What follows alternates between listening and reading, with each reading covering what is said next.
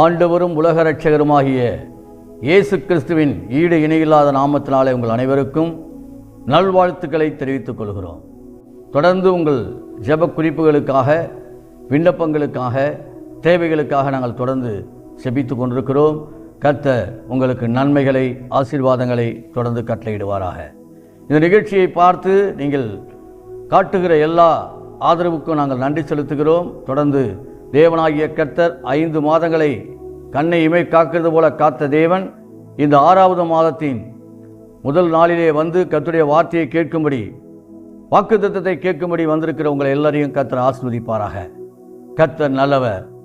கடந்த 5 மாதமாய் நடத்தின தேவன் எத்தனை நல்லவராக இருந்தாரோ இந்த 6வது மாதத்திலேயும் அவர் நல்லவராக இருக்க போகிறார். கர்த்தர் பெரியவர். உங்கள் வாழ்க்கையிலே பிள்ளைகள் நல்ல முறையில் படித்து நல்ல மதிப்பெண் எடுத்து பாஸ் ஆகியிருப்பார்கள், அல்லது அடுத்த கல்வியாண்டுக்கு செல்வதற்காக பிள்ளைகள் தயாராகி கொண்டிருப்பார்கள்.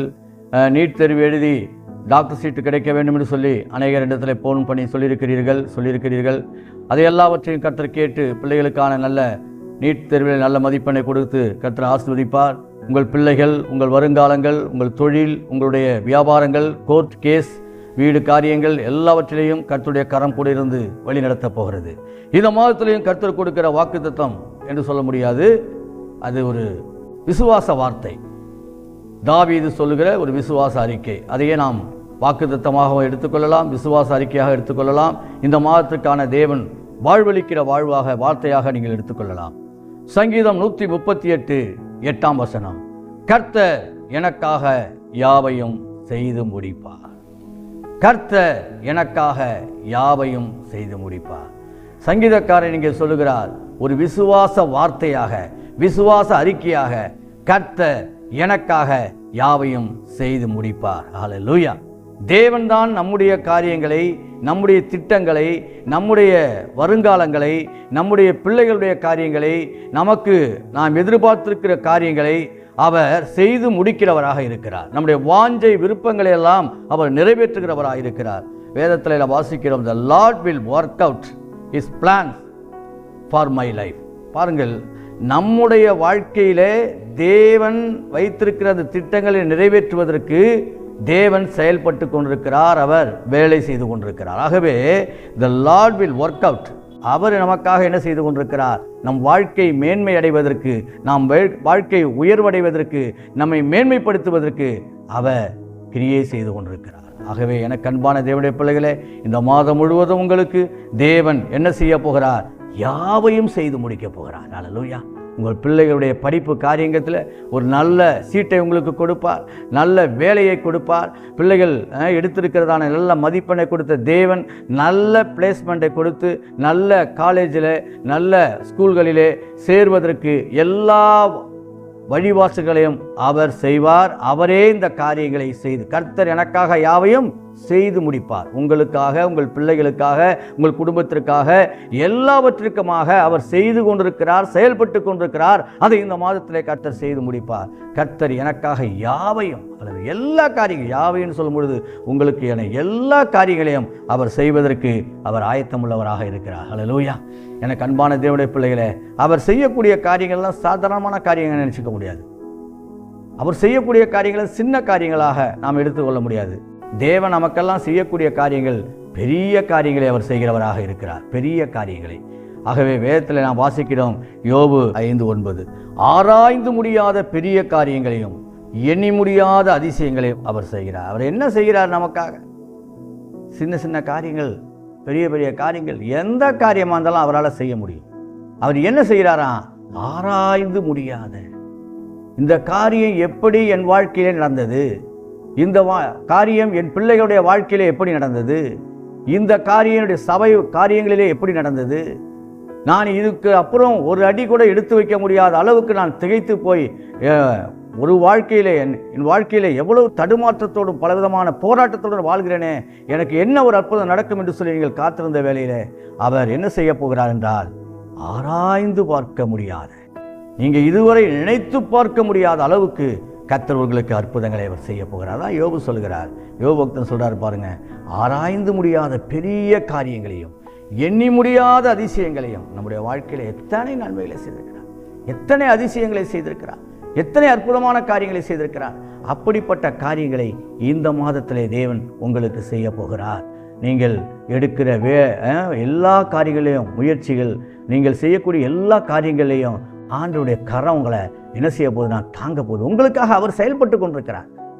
நாம் செயல்படுகிறதை காட்டிலும் நமக்காக ஒரு தேவ சேனை செயல்பட்டு கொண்டிருக்கிறது, தேவனே செயல்பட்டு கொண்டிருக்கிறார். அதனால தான் இங்கே சொல்லப்போ கர்த்தர் எனக்காக யாவையும் செய்து முடிப்பார். அப்படியான கர்த்தர் எனக்காக எனக்குரிய பிளானை, என்னுடைய திட்டத்தை, என்னுடைய காரியங்களை நிறைவேற்றுவதற்கு அவர் செயல்பட்டு கொண்டே இருக்கிறார். ஆகவே அவர் செயல்படும் பொழுது உங்கள் வாழ்க்கையில் என்ன நடக்கும்? எல்லாம் பெரிய காரியங்களாக நடக்கும், அற்புதமாக நடக்கும். நினைத்து பார்க்காத காரியங்களை கர்த்தர் செய்ய போகிறவராக இருக்கிறார். நீங்கள் ஒரு வசனத்தை வாசிக்கும் பொழுது எரேமியாவின் தீர்க்கதரிசன புஸ்தகத்தில் 29ஆம் அதிகாரம் 11ஆம் வசனத்தை நீங்கள் வாசித்து பார்த்தீர்களானால் அங்கே ஒரு நல்ல ஒரு வசனத்தை தேவன் நமக்கு கொடுத்திருக்கிறார். 29:11 வாசிக்கும் பொழுது பாருங்கள், நீங்கள் எதிர்பார்த்திருக்கும் முடிவை உங்களுக்கு கொடுக்கும்படிக்கு நான் உங்கள் பேரில் நினைத்திருக்க நினைவுகளை அறிவேன் என்று கர்த்தர் சொல்கிறார். அவைகள் தீமைக்கல்ல, சமாதானத்துக்கு எதுவான நினைவுகளே. நீங்கள் எதிர்பார்த்திருக்கும் முடிவை, நீங்கள் இதுவரை என்னென்ன காரியங்களுக்காக எதிர்பார்த்து காத்திருக்கிறீர்களோ, என்னென்ன காரியங்களை தேவனிடத்தில் எதிர்பார்த்து பல வருடங்களாக ஜெபித்து கொண்டிருக்கிறீர்களோ, ஐயோ ஜெபித்து ஜெபித்து கிடைக்கலன்னு விட்டு விட்டீர்களோ, அதையெல்லாம் இந்த மாதத்தில் இப்பொழுது ஆண்டவர் உங்களுக்காக செய்ய போகிறார். அப்படி செய்யும் பொழுது கர்த்தருக்கு நீங்கள் நன்றி செலுத்த, ஆண்டவருடைய பிரசன்னத்தில் அவருக்கு நன்றி செலுத்த நீங்கள் கடன்பட்டிருக்கிறீர்கள். ஆகவே இதுவரை நம்முடைய வாழ்க்கையிலே செய்தவர், பெரிய காரியங்களை செய்தவர், நம்முடைய திட்டங்களை நிறைவேற்றின தேவன் இந்த மாதத்தில் ஒரு அற்புதத்தை செய்ய போகிறார். உங்களுடைய பிள்ளைகளுடைய வாழ்க்கையில் அற்புதத்தை செய்ய போகிறார். திருமணமாகியும் பல வருடங்களாக என்னுடைய பிள்ளைக்கு குழந்தை இல்லை என்று சொல்லி நீங்கள் கண்ணீரோடு கூட உட்கார்ந்திருக்கிறீர்கள். ஒரு அற்புதம் நடக்கவில்லை என்று சொல்லி காத்து கொண்டிருக்கிறீர்கள். கர்த்தர் நிச்சயம் உங்களுக்கு ஒரு அற்புதத்தை செய்ய போகிறார். நீங்கள் சொல்ல வேண்டிய வசனம் எல்லாம், மாலடியை பிள்ளை தாட்சியாக்குகிற தேவன், அவளுக்கு சுகமாய் தங்கியிருக்க பண்ணுகிற தேவன் உங்கள் குழந்தைகளுக்கு ஆண்டவர் தாமே நல்ல பிள்ளைகளை தருவார். அது மாத்திரமல்லாதபடிக்கு நல்ல திருமண வாழ்க்கையை அமைத்து கொடுப்பார். அது மாத்திரமல்லாதபடிக்கு நல்ல வேலையை ஆண்டவர் கொடுப்பார். கட்டி கொண்டிருக்கிற வீட்டை கட்டி கொடுப்பார். அல்லது இடம் வாங்க வேண்டும் என்று முயற்சி பண்ணியிருக்கிற உங்கள் வாழ்க்கையில் ஒரு நல்ல இடத்தை தேவன் தரக்கூடியவராக இருக்கிறார். எல்லா காரியங்களும் இன்மைக்குரிய காரியங்கள், இதெல்லாம் ஆண்டவர் நமக்கு செய்ய அவர் ஆயத்தமாக இருக்கிறார். ஆனால் தேவனுக்கு நாம் என்ன செய்ய வேண்டும்? தேவனுடைய ஊழியத்தை செய்ய வேண்டும். தேவனுடைய சுவிசேஷத்தை ஊழியத்தை செய்ய வேண்டும். ஜெப ஊழியத்தை செய்ய வேண்டும். ஏழை எளிய மக்களை ஆதரிக்க வேண்டும். திக்கற்ற பிள்ளைகளுக்காக நாம் திறப்பில் நின்று ஜெபித்து அவர் நல்வாழ்வுக்காக நாம் பாரப்பட வேண்டும். அப்படியெல்லாம் செய்யும் பொழுது தேவன் அவர் நம்முடைய காரியங்களை செய்வார். நாம் தேவனுக்காக எதையாவது செய்யும் பொழுது அவர் நமக்கு அதை கர்த்தர் செய்கிறவராக இருக்கிறார். கர்த்தர் எனக்காக யாவையும் செய்து முடிப்பார். பாருங்கள், யோசேப்புடைய வாழ்க்கையில் தேவன் ஒரு திட்டத்தை வைத்திருந்தார். அங்கே இருக்கக்கூடிய எல்லா பிள்ளைகளை பார்க்கிலும் இவன் தரிசனம் உள்ள மனுஷனாக இருந்தான். இவனுடைய வாழ்க்கையிலே தேவனாகிய கர்த்தர் அற்புதங்களை செய்ய, இவனை கொண்டு தேவன் பலத்த கிரியைகளை செய்ய, இவனை தேசத்திற்கே அதிபதியாக்க, இவனுக்கு ஏற்கனவே கனவுலெல்லாம் வந்துவிட்டது, தரிசனமெல்லாம் வந்துவிட்டது.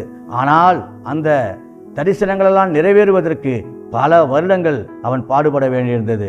பயங்கரமான சூழ்நிலையை அவன் அடைய வேண்டியிருந்தது. அப்படிப்பட்ட சூழ்நிலையில தான் பாருங்கள், வசனம் சொல்லுகிறது, அவருடைய வாழ்க்கையில் அவர்களுக்கு முன்பாக சங்கீதம் 105 வாசிக்கிறோம், அவர்களுக்கு முன்னாலே ஒரு புருஷனை அனுப்பினார், யோசேப்பு சிறையாக விற்கப்பட்டான். ஹல்லேலூயா.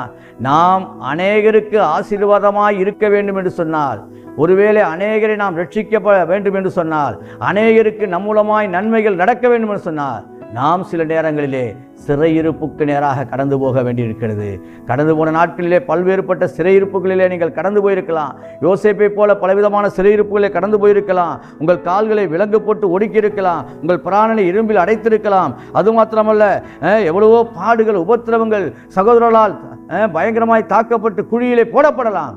அப்படிப்பட்ட சூழ்நிலைகளுக்கெல்லாம் நீங்கள் கடந்து போயிருந்தீங்கன்னா, இனி வரக்கூடிய நாட்களிலே அவரெல்லாம் உங்களுக்கு முன்பாக வந்து மண்டியிட்டு உங்கள் தயவை நாடும்படி கர்த்தர் இன்றைக்கு அற்புதத்தை செய்ய போகிறார்.